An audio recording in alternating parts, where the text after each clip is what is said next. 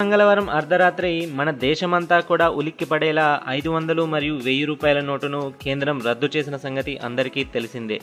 ఈ పెద్ద నోట్ల రద్దుపై చాలా మంది చాలా రకాలుగా మాట్లాడుతున్నారు. దాదాపుగా 70% ప్రజలు ఈ నిర్ణయం సరైనదే అని అనుకుంటున్నారు. అయితే వీటి రద్దుతో చాలా మందికి కాస్త ఇబ్బంది అవుతున్నా కూడా కొన్ని రోజులు ఈ ఇబ్బందులు పడక తప్పదు. ఇక ఈ పెద్ద నోట్ల రద్దుతో కొత్తగా మరొక 2 పెద్ద నోట్లు 500 మరియు 2000 రూపాయలు వచ్చిన సంగతి కూడా తెలిసిందే. అయితే ఇప్పుడు సోషల్ మీడియాలో ఒక వార్త సంచలనంగా మారింది. కొత్తగా వచ్చిన 2000 నోట్లని కేంద్రం వెనక్కి తీసుకోబోతుందని. నోటు వెనక భాగంలో 15 భాషల్లో 2000 రూపాయలని ముద్రించడం జరిగింది. అయితే అలా ముద్రించేటప్పుడు 2000 రూపాయ అని ఒకసారి 2000 రూపాయే అని మరోసారి ఉందని, ఇది స్పెల్లింగ్ తప్పు కావడంతో మొత్తం 2000 రూపాయల నోట్లను కేంద్రం వెనక్కి తీసుకునే అవకాశాలు ఉన్నట్లు సోషల్ మీడియాలో వార్తలు వెల్లువెత్తుతున్నాయి. అయితే ఇవన్నీ రూమర్లేనని, 2000 రూపాయల నోట్లలో ఎలాంటి తప్పు లేదని తెలిసింది. 2000 రూపాయల నోటులో ముద్రించిన భాషల ప్యానెల్లో అసలు హిందీ భాష లేనే లేదని, నోటుకు వెనుక భాగంలో ఎడమవైపు హిందీలో రాయగా మిగిలిన మరో 15 భారతీయ భాషలలో మాత్రమే 2000 రూపాయలు అనే అర్థం వచ్చేలా ముద్రించారని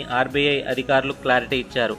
ఇది ఇలా ఉంటే పెద్ద నోట్ల రద్దు తర్వాత ఇదే అదునుగా కొందరు అప్పుడే 2000 రూపాయల నకిలీ నోట్లు తయారు చేసి మార్కెట్లోకి తీసుకొచ్చారు. కర్ణాటకలోని చిక్కమగళూరులోని ఏపీఎంసీ మార్కెట్లో శనివారం అశోక్ అనే వ్యక్తి ఉల్లిపాయలు వ్యాపారం చేస్తుండగా కొందరు గుర్తు తెలియని వ్యక్తులు 2000 రూపాయల నకిలీ నోటు ఇచ్చి ఉల్లిపాయలతో సహా మిగతా చిల్లర కూడా తీసుకెళ్లిపోయారట. అయితే కొత్తగా వచ్చిన నోటు కావడంతో దాన్ని పరిశీలిస్తుండగా దాని చివరలు కత్తిరించి ఉండడం గమనించిన అశోక్ ఒక్కసారిగా షాక్కి గురయ్యాడు. ఈ విషయంపై తాను పోలీసులకు ఫిర్యాదు చేస్తానని అశోక్ చెప్పాడు.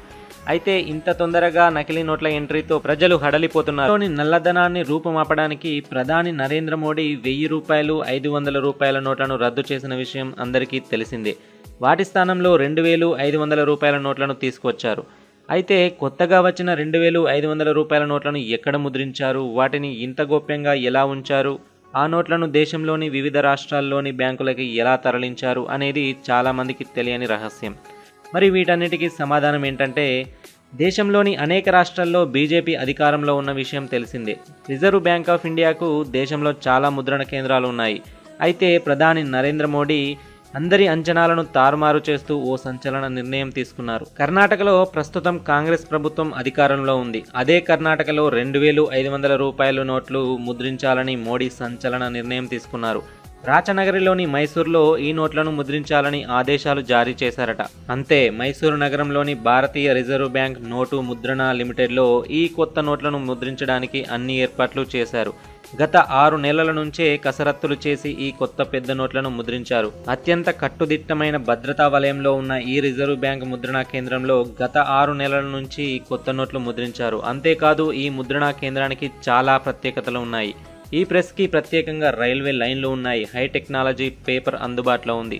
ప్రత్యేకమైన వాటర్ పైప్ లైన్లు కూడా ఉన్నాయి. ఇక ఏం ఆలోచించకుండా ఇక్కడే కొత్త నోట్లు ప్రింట్ చేయడానికి అన్నీ సిద్ధం చేశారు. 6 నెలల క్రితం నుంచే పనులు మొదలు పెట్టారు. దక్షిణ మైసూరుకు 10 కిలోమీటర్ల దూరంలోని మందకహెల్లి ఎయిర్పోర్టుకు చాలా కాలం నుంచి విమానం రాకపోకలు నిలిచిపోయాయి. ఈ ఎయిర్పోర్టుకు ఒకే ఒక రన్వే ఉంది. గత వారం రోజులుగా ఈ మందకహెల్లి ఎయిర్పోర్టు నుంచి వరుసగా విమానాల రాకపోకలు కొనసాగాయి. ఈ వారం రోజుల నుంచి కొత్త నోట్లను వరుసగా ప్రత్యేక విమానాల్లో ఢిల్లీకి తరలించారు. అక్కడి నుంచి రిజర్వ్ బ్యాంకు ద్వారా దేశంలోని వివిధ బ్యాంకులకు తరలించారు. భారతదేశంలో మొదటిసారి 1000 నోట్లు చెల్లుబాటులోకి వచ్చిన సమయంలో కూడా ఇదే ప్రింటింగ్ ప్రెస్ లో ఆ 1000 రూపాయల నోట్లు ముద్రించారు. దేశంలో కొత్తగా అమల్లోకి వచ్చిన ఈ 2 కొత్త పెద్ద నోట్లు మైసూరులో ముద్రించారని తెలుసుకున్న అక్కడి స్థానిక ప్రజలతో పాటు కర్ణాటక ప్రభుత్వం కూడా ఆశ్చర్యానికి గురైందని చెప్పుకోవాలి. మొత్తానికి మన ప్రధాని నరేంద్ర మోడీ గుట్టు చప్పుడు కాకుండా ఈ నిర్ణయాన్ని తీసుకొని అనుకున్నది అనుకున్నట్లుగా అమలు చేశారు.